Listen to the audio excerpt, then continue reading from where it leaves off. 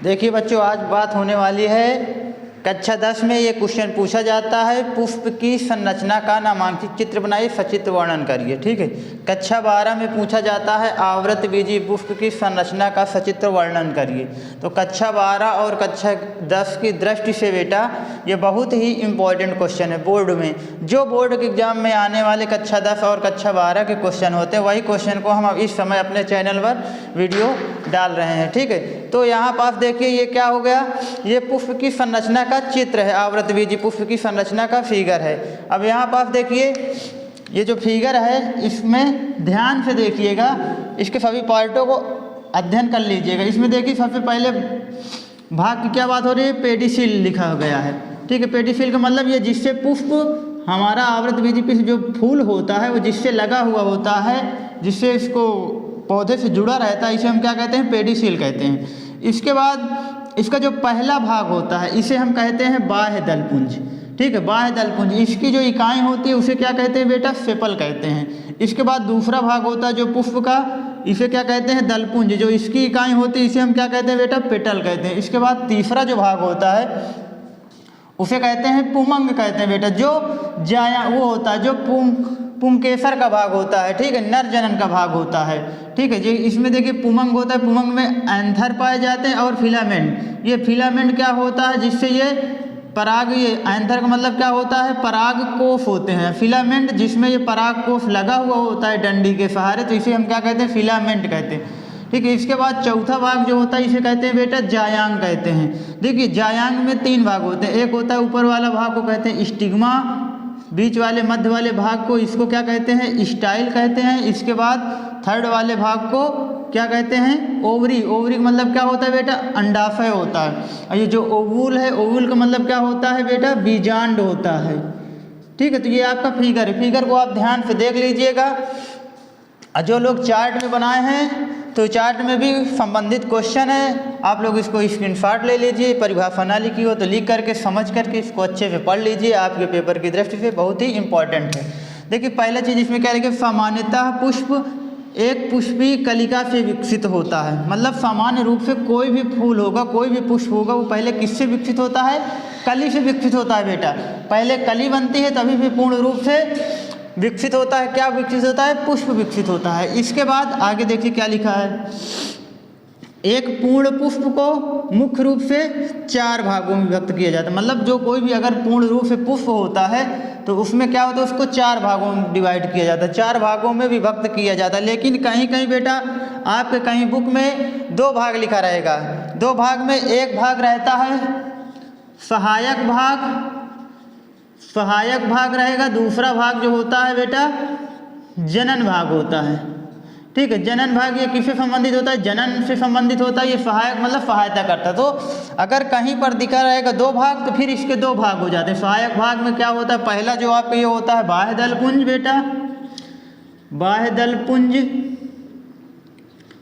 दूसरा क्या होता है बेटा, दलपुंज होता है। ठीक है, दलपुंज होता है। इसके बाद जनन भाग में फिर इसके 2 भाग हो जाते हैं। पहला भाग होता है पुमंग होता है बेटा, ये नर जनन का भाग होता है। दूसरा होता है जायांग, जो क्या होता है, जिसमें स्त्री केसर पाए जाते हैं, ये स्त्री जनन का भाग होता है। तो यहाँ पर देखिए 1 2 3 4। ठीक है। तो हम इसीलिए यहाँ 4 भाग लिखें। कहीं पर बुक में 2 भागों में विभक्त होगा, कहीं पर 4 भागों में विभक्त होगा, तो आपको इसमें कन्फ्यूजन नहीं होना है। ठीक है। तो पहला भाग क्या है, पहला भाग दिया गया है बेटा बाह्य दलपुंज। बाह्य दलपुंज क्या होता है, सबसे पुष्प का सबसे बाहरी भाग होता है। ठीक है, ये वाला सबसे बाहरी, जो सबसे फूल के सबसे जो नीचे पत्तियां होती है उसे क्या कहते हैं बेटा, बाह्य दलपुंज। इसे इंग्लिश में क्या कहते हैं, कैलिक्स कहते हैं। ये लिखा गया है, यह पुष्प का बाहरी भाग होता है। ये देखिए सबसे बाहरी भाग होता है, इसीलिए इसमें लिखा गया परिभाषा में, यह पुष्प का बाहरी भाग होता है। इसकी इकाई को, इसकी जो एक इकाई होती है, सबसे ज़्यादा पेपर में पूछा जाता है, ऑब्जेक्टिव में पूछा जाता है। यदि आप चार्ट में बनाए हैं तो वाइवा के लिए इसको याद कर लीजिएगा। बाह्य दलपुंज की इकाई को क्या कहते हैं, बाह्य दल कहते हैं या सेपल कहते हैं बेटा। इसको अच्छे से याद कर लीजिएगा, पेपर में बहुत पूछा जाता है। ठीक है। आगे लिखा गया है, इसका प्रमुख कार्य कलिका अवस्था में जननांगों को सुरक्षा प्रदान करता है। मतलब ये कहाँ पाया जाता है, ये देखिए क्या है, जायांग वाला भाग है, जायांग वाले भाग के ये जस्ट साइड पे पाया जाता है। तो ये क्या करता है बेटा, तो इसमें लिखा गया है इसका मुख्य कार्य कलिका अवस्था में, ये जब पुष्प कली की अवस्था में रहता है तो ये क्या करता है, जननांगों को सुरक्षा प्रदान करता है। जननांग क्या होते हैं बेटा, एक जो होता है पुमंग और जायांग होते हैं, इसी को क्या कहते हैं, जननांग कहते हैं। जो जनन से संबंधित अंग होते हैं बेटा, उसी को क्या कहते हैं, जननांग कहते हैं। ये पूछ लेता है क्वेश्चन, अगर एग्जामिनर आएंगे तो वाइवा में पूछेंगे, इसमें से क्या पूछेंगे, बाह्य दल पुंज की इकाई को क्या कहते हैं बेटा, तो आप क्या बताएंगे, बाह्य दल कहते हैं सर, या सेपल कहते हैं इंग्लिश में। उसके बाद पूछेंगे यदि बाह्य दल का कार्य क्या होता है, तो आप यही बताएंगे क्या होता है, जननांगों को सुरक्षा प्रदान करना, इसका बाह्य दलपुंज का कार्य होता है। इसके बाद हम दूसरी बात कर रहे हैं दलपुंज की बेटा। दलपुंज को क्या कहते हैं, करोला कहते हैं। ये देखिए इसमें क्या लिखा गया, यह पुष्प का दूसरा भाग होता है। ये वाला जो होता है बेटा, ये पहला हो गया, ये वाला क्या हो गया, दूसरा, जिसे क्या कहते हैं, दलपुंज। ये इधर ये वाला, ठीक है, इसे क्या कहते हैं, यह पुष्प का दूसरा भाग होता है। इसकी इकाई को क्या कहते हैं बेटा, इसकी इकाई को दल कहते हैं। दल इंग्लिश में क्या कहते हैं, पेटल कहते हैं। ये इंपॉर्टेंट पॉइंट है, इसको याद रखिएगा। बाह्य दल की इकाई को क्या कहते हैं, बाह्य दलपुंज की इकाई को बाह्य दल या सेपल कहते हैं। दलपुंज की इकाई को क्या कहते हैं, इसकी इकाई को दल या पेटल कहते हैं। इसका देखिए अगर क्वेश्चन एग्जामिनर पूछ लेते हैं दलपुंज का कार्य क्या होता है, तो आप कार्य क्या बताएंगे, सामान्यतः दलपुंज सुंदर, रंगीन और आकर्षक होता है। जो पुष्प आपका अच्छा दिखता है वो किसके कारण होता है, अधिकतर दलपुंज के कारण वो आपको रंगीन दिखता है। आगे देखिए दलपुंज का कार्य क्या होता है, इसका प्रमुख कार्य परागण के लिए कीटों को आकर्षित करना है। मतलब ये क्या करता है, परागण के लिए कीटों को अपनी तरफ आकर्षित करता है। इतना देखने में सुंदर लगता है, रंगीन रहता है और आकर्षक होता है कि कीट इसको देख करके क्या होते हैं, पुष्प की तरफ आकर्षित होते हैं। पुष्प की तरफ क्यों आकर्षित होते हैं, परागण के लिए। देखिए परागण क्या होता है, पराग कोष में जो छोटे छोटे पाउडर के समान कण पाए जाते हैं उसे हम क्या कहते हैं, पराग कण कहते हैं। पराग कण यहाँ से फिर जाता है, जैसे पुष्प आते हैं यहाँ पराग कण गया और यहाँ पर वर्तिकाग्र पर जाता है। वर्तिकाग्र पर जाने के बाद ये नीचे आता है, यहाँ अंडाशय में जाता है, ओवरी में, तो फिर निषेचन करता है, तो फिर क्या बन जाता है, बीज का निर्माण हो जाता है। इसके बाद तीसरे भाग की बात होने वाली।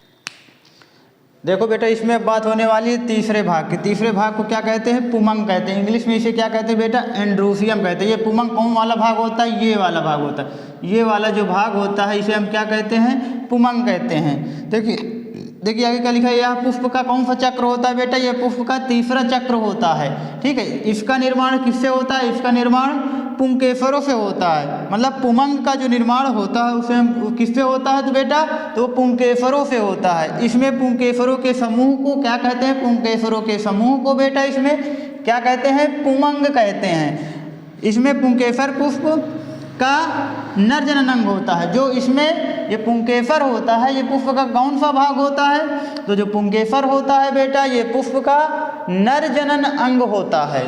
ठीक, इसके बाद बात होने वाली है चौथे भाग की। चौथे भाग कौन सा होता है, जायांग या स्त्री केसर होता है।